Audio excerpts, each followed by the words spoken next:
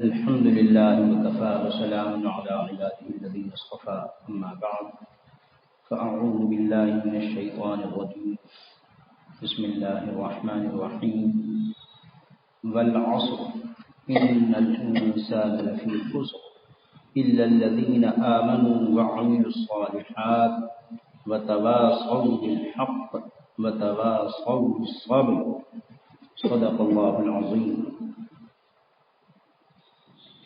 اللہ تبارک و تعالیٰ کا ارشاد ہے، قسم ہے عصر کی، بے شک انسان ٹوٹے میں ہے، مگر وہ لوگ جو یقین لائے اور انہوں نے اچھے اعمال کیے اور آپس میں ایک دوسرے کو تاکید کرتے رہے سچے دین کی، حق کی یعنی سچے دین، اور آپس میں تاکید کرتے رہے تحمل کی یعنی برداشت کی۔ ہمارے اسلاف صالحین جو گزر چکے ہیں، ان کا معمول تھا کہ جب دو مسلمان آپس میں ملتے تو جدا ہونے سے پہلے ایک دوسرے کو یہ صورت سنا دیا کرتے تھے۔ اللہ تبارک و تعالی ہم سب کو حضرات انبیاء و صدیقین، شہداء و صالحین کے نقش قدم پر جینے کی اور مرنے کی توفیق نصیب فرمائے۔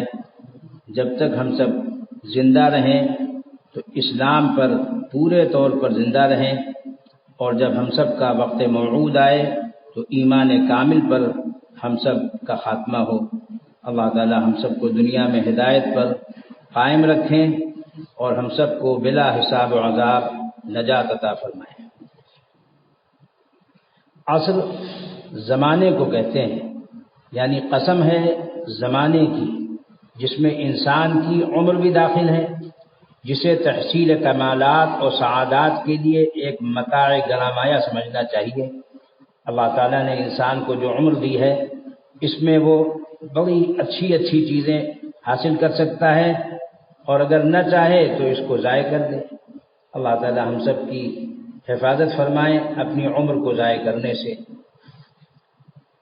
دوسرا قول یہ ہے کہ قسم ہے نماز عصر کے وقت کی، جو کاروباری دنیا میں خاص مشغولیت اور شرعی نقطہ نظر سے نہایت فضیلت کا وقت ہے، اس وقت کی اہمیت کی وجہ سے اس کی قسم کھائی گئی ہے۔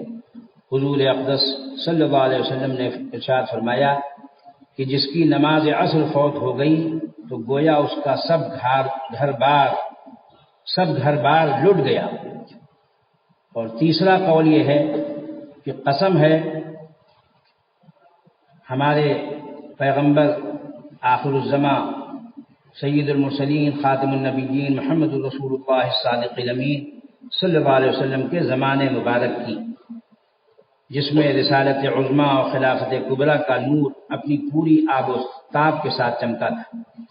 تو یہ تین قول ہیں، ایک تو عام ہے کہ بس زمانے کی قسم کھائی گئی ہے اور اس کے اندر انسان کی عمر بھی داخل ہے۔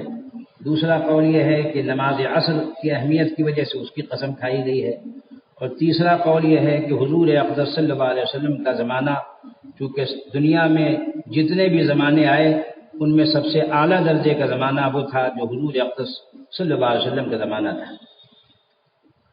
دوسری بات اس سلسلے میں یہ فرمائی جا رہی ہے کہ قسم ہے عصر کی، اس کے بعد فرمایا کہ دوسری بات کہ بے شک و شبہ انسان ٹوٹے میں اور خسارے میں ہے۔ اس کا کیا مطلب ہے؟ یعنی اس سے بڑھ کر ٹوٹا کیا ہوگا کہ ایک برف بیچنے والا دکاندار، اس کی تجارت کا راس المال جسے عمر عزیز کہتے ہیں، وہ دم بدم کم ہوتا چلا جا رہا ہے۔ جیسے کوئی برف بیچنے والا جو ہے وہ بہت اطمینان سے بیٹھا رہے اور اس کو بیچنے کی فکر نہ کرے تو وہ سارا برف پگھل جائے گا۔ تو ایسے ہی عمر کا معاملہ ہے کہ عمر جو ہے ہو رہی ہے عمر مثل برف کم، رفتہ رفتہ لمحہ لمحہ دم بدم۔ اگر اس رواداری میں، اس روا روی میں بس گزر رہی ہے زندگی، آدمی کی عمر تیزی سے گزر رہی ہے، اگر اس روا روی میں کوئی ایسا کام نہ کر لیا جس سے یہ عمر رفتہ ٹھکانے لگ جائے، بلکہ ایک ابدی اور غیر فانی متاع بن کر ہمیشہ کے لیے کارآمد نہ بن جائے، تو پھر اس کو سمجھنا چاہیے کہ پھر خسارے کی کوئی انتہا نہیں رہی۔ زمانے کی تاریخ دیکھ جائیے اور خود اپنی زندگی کے واقعات پر غور کیجیے، تو ادنا سے غور و فکر سے یہ معلوم ہو جائے گا کہ جن لوگوں نے انجام بینی سے، دور اندیشی سے، سوچ سمجھ سے کام نہیں لیا اور اپنے مستقبل سے بے پرواہ ہو کر محض خالی خولی لذتوں میں وقت گزار دیا، وہ آخر کار کس طرح ناکام اور نامراد بلکہ تباہ و برباد ہو کر رہے۔ اللہ تعالی ہم سب کو احساس نصیب فرمائے، فکر نصیب فرمائے۔ آج کل سالگرہ ہوتی ہے، ایک بزرگ سے کسی نے پوچھا کہ حضرت سالگرہ کی خوشی منانا کیسا ہے، تو انہوں نے اس کو حکم شرعی بتانے سے پہلے توجہ دلانے کے لیے فرمایا کہ میاں یہ خوشی کا موقع ہے، جتنی عمر لے کر پیدا ہوا تھا اس میں سے ایک سال گرا، تو کہا یہ تو سال گرا، وہ خوشی منا رہا ہے، کہا بڑھا نہیں ہے، سال گرا ہے۔ یہ غیروں کی چیزیں ہیں، اللہ تعالیٰ قدردانی نصیب فرمائے۔ خالی کیک کاٹنے، مٹھائی بانٹنے سے کام نہیں چلے گا۔ آدمی کو، مسلمان کو حضرت حق کے خاص الخاص اشرف المخلوقات کو، حضرت آدم کی اولاد کو اور حضور اقدس صلی اللہ علیہ وسلم کی امت کو، جسے کیا کہا جاتا ہے؟ اللہ والا آدمی اور امت محمدیہ کا فرد۔ ہم لوگوں کو اللہ تعالیٰ نے یہ تین ہی نسبتیں بنیادی عطا فرمائی۔ آج ہم لوگ 72 خانوں میں بٹے ہوئے ہیں، لیکن اگر ہم لوگ نہیں بننا چاہتے تو ایک اللہ کے بندے، ایک حضرت آدم کے فرزند اور حضور اقدس صلی اللہ علیہ وسلم کی امت بن کر زندہ نہیں رہنا چاہتے۔ اسی کے نقصانات ہیں۔ تو فرما رہے ہیں کہ آدمی کو چاہیے کہ وقت کی قدر پہچانے اور اپنی عمر عزیز کے لمحات کو یوں ہی غفلت، شرارت یا لہو و لعب، کھلواڑ میں نہ گنوائے۔ جو اوقات اللہ تعالیٰ نے عطا فرمائے ہیں یہ سب امانت ہیں اور بڑے قیمتی ہیں۔ اور ایک بات اور یاد رکھنی چاہیے کہ یہ وقت، یہ زندگی ایک ایسی چیز ہے جو شہری کو، دیہاتی کو، عاقل کو، احمق کو، پڑھے لکھے کو، جاہل کو، سب کو یکساں طور پر دی جاتی ہے۔ ایسا نہیں کہ عمر اور وقت صرف شہریوں کو دیا جاتا ہو، دیہاتیوں کو نہ دیا جاتا ہو، عقل مندوں کو دیا جاتا ہو، جن کے پاس عقل نہیں ان کو نہ دیا جاتا، لیکن اس کو سیکھنا چاہیے کہ وقت کیسے گزارے۔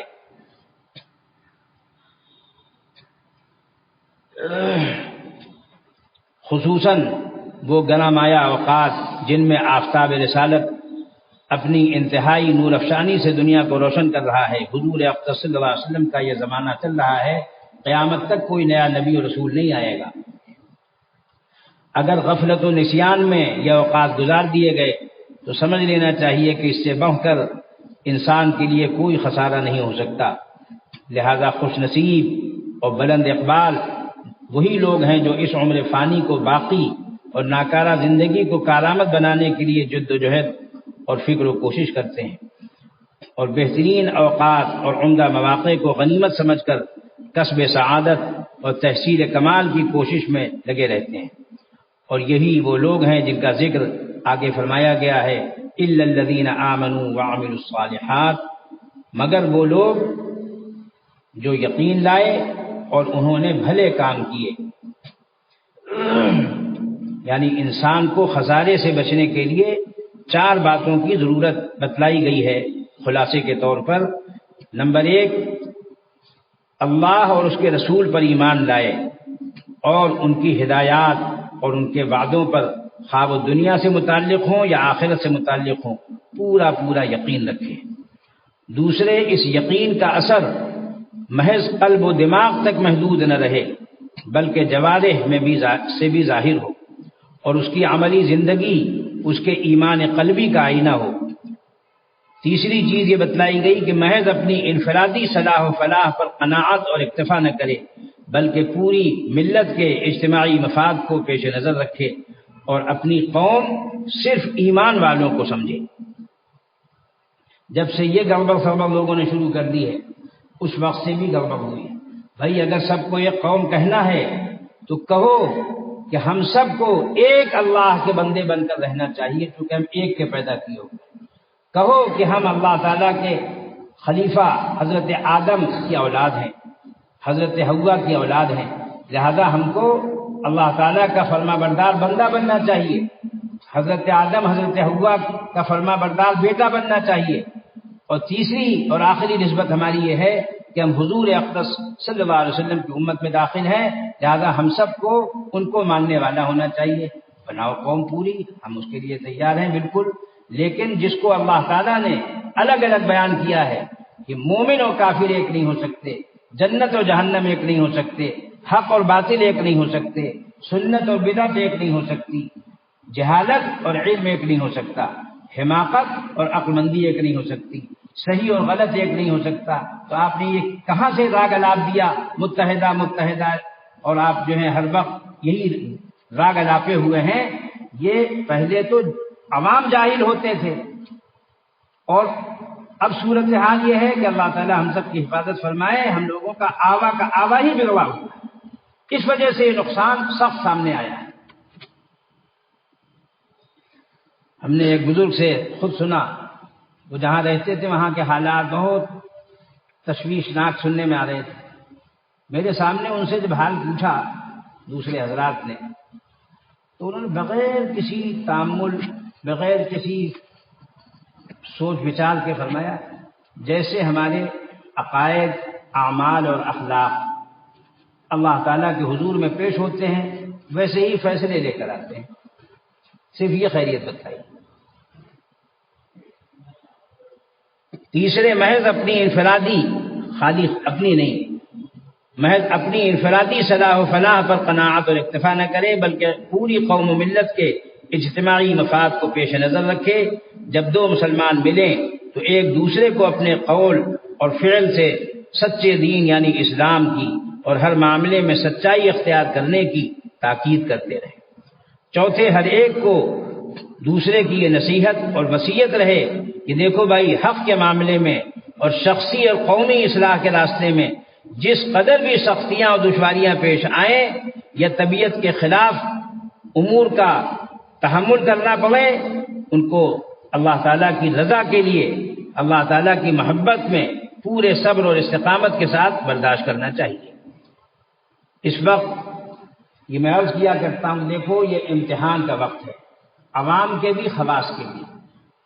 جتنے لوگ اس امتحان میں پورے اتریں گے، اللہ تبارک و تعالیٰ کی طرف سے ویسا ہی معاملہ، ویسا ہی فیصلہ ہوگا۔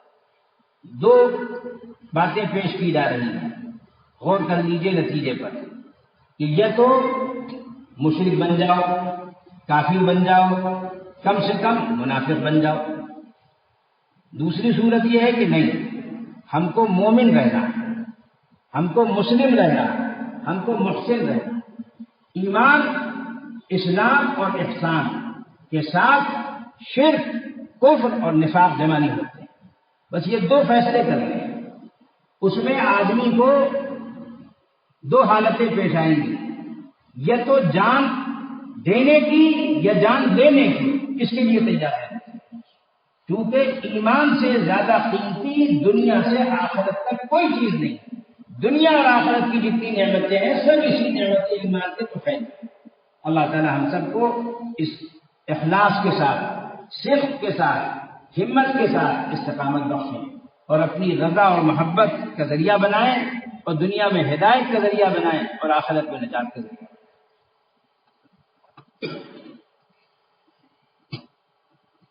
ہرگز ہمارا قدم نیکی کے راستے سے ڈگمگانے نہ پائے۔ جو خوش قسمت حضرات ان چار اوصاف کے جامع ہوں گے جو اس صورت میں بیان کیے گئے ہیں، اور خود کامل ہو کر دوسروں کی تکمیل کرنے کی کوشش اور فکر کریں گے، ان کا نام صفحات دہر میں زندہ جاوید رکھا جائے گا۔ اور جو آثار چھوڑ کر وہ دنیا سے جائیں گے نقش قدم، وہ بطور باقیات صالحات کے ہمیشہ ان کے اجر و ثواب کو بڑھاتے رہیں گے۔ یہ پوری صورت کا ترجمہ اور اس کی تفسیر آ گئی جو حضرت شیخ الاسلام حضرت مولانا شبیر احمد صاحب عثمانی رحمۃ اللہ علیہ نے بیان کی ہے، اور حضرت آخر میں فرماتے ہیں کہ فی الحقیقت یہ چھوٹی سی صورت، مختصر اور جامع صورت کہنا چاہیے، یہ سارے دین اور حکمت کا خلاصہ ہے۔ اسی واسطے امام شافعی رحمۃ اللہ علیہ نے ارشاد فرمایا ہے کہ اگر قرآن میں سے صرف یہی ایک صورت ہی نازل کر دی جاتی تو سمجھدار بندوں کی ہدایت کے لیے کافی تھی۔ اسی واسطے ہمارے بزرگوں میں معمول تھا کہ جب دو مسلمان آپس میں ملتے تھے تو جدا ہونے سے پہلے پہلے ایک دوسرے کو یہ صورت سنا دیا کرتے تھے۔ والعصر ان الانسان لفی خسر الا الذین آمنوا وعملوا الصالحات وتواصوا بالحق وتواصوا بالصبر۔ یہ قسم ہے عصر کی، بے شک انسان ٹوٹے میں ہے مگر وہ لوگ جو یقین لائے، ایمان لائے اور اعمال صالحہ اختیار کیے اور آپس میں ایک دوسرے کو حق کی یعنی سچے دین کی تاکید کرتے رہے اور آپس میں تحمل کی تاکید کرتے رہے کہ دیکھو بھائی، ایمان کے لیے جو کچھ بھی حال پیش آئے گا ہم کو کسی حال میں ایمان سے نہیں ڈگمگانا ہے۔ حضرت سیدنا خبیب رضی اللہ تعالیٰ عنہ کو پورے طور پر ہر طرح سے اذیت پہنچا کر قتل کرنے کی تیاری کر دی گئی، مگر انہوں نے کیا فرمایا؟ لست ابالی حین اقتل مسلما بأی جنب کان للہ مسرعی، کہ دیکھو بھائی، ہم کو تم جس چاہے کروٹ پٹھاؤ دو مگر ہم اس پر راضی نہیں ہیں کہ اسلام کے علاوہ دوسری حالت میں مر جائیں۔ ہم مریں گے تو اسلام ہی کی حالت میں مریں گے، ہم کو قتل ہونا ہے یا اپنی طبعی موت مرنا ہے، ہم نے یہ فیصلہ کر رکھا ہے کہ ہم کو اسلام پر مرنا ہے۔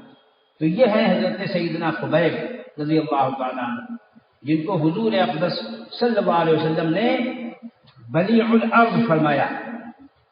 ان کا بہت مشہور تفصیلی واقعہ ہے، آپ حضرات میں سے بہت سچے حضرات نے سنا بھی ہوگا۔ مختصر یہ کہ جب ان کو کافروں نے گھیر لیا، پکڑ لیا اور باندھ دیا ان کو، اور پھر ان کے اوپر انہوں نے تیر اندازی کی، اور جب پہلا تیر مارا تو پوچھا کہ اگر کہو تو تم کو چھوڑ دیں، تمہاری جگہ آپ صلی اللہ علیہ وسلم کا نام لیا کہ ان کو لائیں، تو انہوں نے کہا کہ تم کیسی بات کرتے ہو؟ اس تکلیف میں فرمایا کہ آپ صلی اللہ علیہ وسلم کو ایک کانٹا میری وجہ سے چبھے میں اس پر بھی راضی ہوں۔ تفصیلی گفتگو کی انہوں نے۔ اللہ تعالیٰ نے خوش قسمت حضرات کو ان کی اس گفتگو کو ذریعہ بنا دیا تھا ایمان لانے میں۔ وہ ایمان لائے، بعد میں انہوں نے سب بتایا کہ ہمارے سامنے سب ہوا۔ اور پھر تفصیلی واقعہ ہے، جب ان کو شہید کر دیا تو پھر انہوں نے سوچا کہ ان کی ناش کی بے حرمتی کریں، ان کے اعضا کاٹیں اور یہ کریں وہ کریں۔ تو اللہ تبارک و تعالیٰ نے بس ان کو شہادت تک ان کے لیے، کیونکہ جو مقدر فرما دیا تھا اس کے آگے ان کو موقع نہیں دیا۔ فوراً ایک مکھیوں کا شہد کی جھنڈ آیا اور اس نے ان کی ناش کو چاروں طرف سے گھیر لیا۔ اب وہ جو تھے جس کے وہ لگے وہ بھاگی، اس سے سر بچا کر کی ہمارے بڑھ جائے گا، تو اس سے بچ کر سب نے بھاگنا شروع کیا۔ مجمع بالکل دور چلا گیا۔ جب مجمع مکھی سے دور بھاگا تو پھر گرج اور برس آئی، زبردست بارش ہوئی، گرج اور اس کے ساتھ، اور پھر زمین جو تھی اسی گرج میں شق ہوئی، اور شق ہونے کے ساتھ وہ اسی میں سما گئی، اور پھر وہ زمین برابر ہوئی۔ اب وہ جب سب گزر گیا معاملہ تو وہ دیکھنے آئے کہ ہم کہاں تھے، تو ان کو پتہ ہی نہیں چل رہا تھا کہ کہاں پر ہم نے ان کو شہید کیا۔ تو آپ صلی اللہ علیہ وسلم نے فرمایا کہ بلیع الارض، زمین نے ان کو نگل دیا اپنی آغوش میں محفوظ کرنے کے لیے، اور پورا واقعہ آپ صلی اللہ علیہ وسلم کو بذریعہ وحی بتلایا گیا۔ بخاری شریف میں تفصیل موجود ہے، اور جن حضرات نے اس واقعے کا مشاہدہ کیا اللہ تعالیٰ نے ان کو اسی واقعے کو ذریعہ بنایا ان کے ایمان کا۔ اللہ تبارک و تعالی ہم سب کو اپنے ایمان کی، اسلام کی، احسان کی شادی نصیب فرمائے اور شرک سے، کفر سے، نفاق سے ہم سب کی حفاظت فرمائے، یہودیت سے، نصرانیت سے، مجوسیت سے ہم سب کی حفاظت فرمائے، الحاد سے، زندقے سے اور بدعت سے ہم سب کی حفاظت فرمائے اور ضلالت سے، گمراہی سے اور بے وقوفی سے، حماقت سے اور جہالت سے ہم سب کی حفاظت فرمائے اور جتنی بھی رسوم ہیں، خرافات ہیں جو گناہ کی طرف لے جانے والی ہیں، اللہ کی نافرمانیاں جس سے پیدا ہوتی ہیں، اللہ تعالیٰ ہم سب کی حفاظت فرمائے۔ آخر میں ہمارے اردوی احمد علیہ کا ایک سبق ہے جو حضرت حکیم محمد صلی اللہ علیہ وسلم بیان فرمایا کرتے تھے۔ میں نے آخر زمانے میں حضرت کو دیکھا کہ جب بھی کوئی حضرت کے پاس جاتا تھا تو عصر کے بعد عموماً حضرت فرماتے تھے ہاں بھائی اللہ تعالیٰ تک پہنچنے کا راستہ کیا ہے؟ تو وہ بچے سناتے تھے اللہ تعالیٰ تک پہنچنے کا راستہ یہ ہے، یعنی میں نے اس کا نام رکھا دیندار ہونے کے لیے کیا ضروری اور دیندار رہنے کے لیے کیا ضروری۔ نمبر 1 اخلاق رذیلہ جاتے رہیں، نمبر 2 اخلاق حمیدہ پیدا ہو جائے، نمبر 3 معاصی یعنی اللہ تعالیٰ کی نافرمانیاں چھوٹ جائیں، نمبر 4 طاعات یعنی اللہ تعالیٰ کی فرمان برداریوں کی توفیق ہونے لگے، نمبر 5 اللہ تعالیٰ سے غفلت دور ہو جائے، نمبر 6 اللہ تعالیٰ کی طرف توجہ پیدا ہو جائے جیسا کہ اس کا حق ہے۔ تو یہ جو چیز ہے یہ چھ باتیں ہیں ہمارے حضرت حکیم امت کی۔ بہت سے بزرگوں کے دلوں میں اللہ تعالیٰ نے 6 باتیں دل میں ڈالی، ہمارے حضرت حکیم امت کے دل میں یہ 6 باتیں ڈالی۔ اور حضرات فقہا نے لکھا ہے کہ تمام انبیاء اور رسول علیہم الصلوۃ والسلام کو جو شریعت دی گئی، قانون دیا گیا، تو اس میں ایک متفقہ حکم سب کو دیا گیا، ایک متفقہ حکم تمام شریعتوں میں دیا گیا۔ وہ شریعت اسلامیہ میں بھی حکم ہے کہ 6 باتوں کا تحفظ کرنا ہے، اپنے دین و عقل کا، اپنے نفس و نسل کا اور اپنے اہل و مال کا۔ دین، عقل، نفس، نسل، اہل اور مال۔ اہل سے مراد شوہر کی طرف سے بھی بولا جاتا ہے، عورت کی طرف سے بھی، دونوں طرف سے اس کو کہہ سکتے ہیں۔ گھر والے مراد ہیں، گھر والا ہو یا گھر والی ہو وہ سب اہل کے تحت آتے ہیں۔ دین و عقل، نفس و نسل، اہل و مال، ان 6 چیزوں کی حفاظت کرنا یہ واجبات میں سے ہے، اور جو چیزیں ان 6 چیزوں کو زائل کرتی ہیں ان کو چھوڑنا واجب ہے۔ جیسے دین کا مقابل کیا ہے؟ جتنی بھی چیزیں جو بھی میں نے شمار کی، بے دینی کی ہوں یا بددینی کی ہوں، سب کو چھوڑنا پڑے۔ عقل کا مقابل جتنی چیزیں جو عقل کی دشمن ہیں، شراب ہے، نشہ ہے، تمام خرافات اس طرح کی جس سے عقل ہی سالم نہیں رہتی، وہ سب حرام کرتی ہیں۔ نفس کشی، مثال کے طور پر خودکشی آدمی کر لیتا ہے یا اپنے آپ کو بانجھ بنا لیتا ہے، یہ سب چیزیں حرام کرتی ہیں کہ آدمی جو ہے قطع نسل کر لے۔ اور نسل کی حفاظت ضروری ہے، یہ نہیں کہ آدمی جو ہے آئے دن جس کو دیکھیے وہ وضع حمل اور اسقاط حمل کے مسئلے پوچھتا رہتا ہے۔ اور پھر گھر والوں کو قاعدے سے رکھنا، نکاح ہوتے دیر نہیں مستقل طلاق اور خلا و فسخ کے لیے بھاگنا شروع کرتے ہیں۔ میں نے کہا بھائی نکاح پڑھانے کے لیے تو ایک قاضی ہوتا ہے اور طلاق اور خلا و فسخ کے لیے مفتی مل جاتا ہے انہیں، وہ فوراً اس سے پوچھنا شروع کرتے ہیں۔ اسے رکھنا کیسے یہ نہیں پوچھتے، اور مال کو ضائع کرنا کسی کو نہیں سکھانا پڑتا، لیکن اس کو قاعدے سے رکھنا کہ اللہ تعالیٰ اس کو بابرکت بنائے، یہ لوگ نہیں سوچتے۔ اس کے لیے حسن تدبیر اور دعا کا اہتمام، یہ 2 چیزیں بے حد ضروری ہیں، حسن تدبیر اور دعا کا اہتمام۔ کم سے کم وضو میں اللہم اغفر لی ذنبی ووسع لی فی داری وبارک لی فی رزقی، یہ 3 دعائیں اللہ ہماری مغفرت فرمائیے، ہم کو وسیع مکان عطا فرمائیے، ہمارے رزق میں برکت عطا فرمائیے۔ روزانہ یہ آدمی دعا کرتے ہیں۔ حدیث شریف میں آتا ہے کہ آدمی کو اللہ تعالیٰ رزق طیب عطا فرماتے ہیں، حلال روزی، وسیع مکان کو سکون رہنے کی جگہ عطا فرماتے ہیں، صالح بیوی نیک بیوی عطا فرماتے ہیں، اور فرما بردار اولاد عطا فرمائے، اور آخری بات قرضوں سے خلاصی نصیب فرماتے ہیں، قرضوں کا بوجھ نہ رہے۔ تو فرمایا دنیا کی اس کو بہت بڑی نعمت حاصل ہو گئی کہ آدمی اس کی قدر نہیں کرتا، اس لیے شکر کرنا چاہیے کہ اللہ نے جو نعمتیں عطا فرمائی ہیں ان کا شکر کریں تاکہ ان نعمتوں میں اضافہ ہو۔ ہر وقت ہم لوگ بے صبری کے، ناشکری کے، ادھر ادھر کے معاملات کرتے رہتے ہیں۔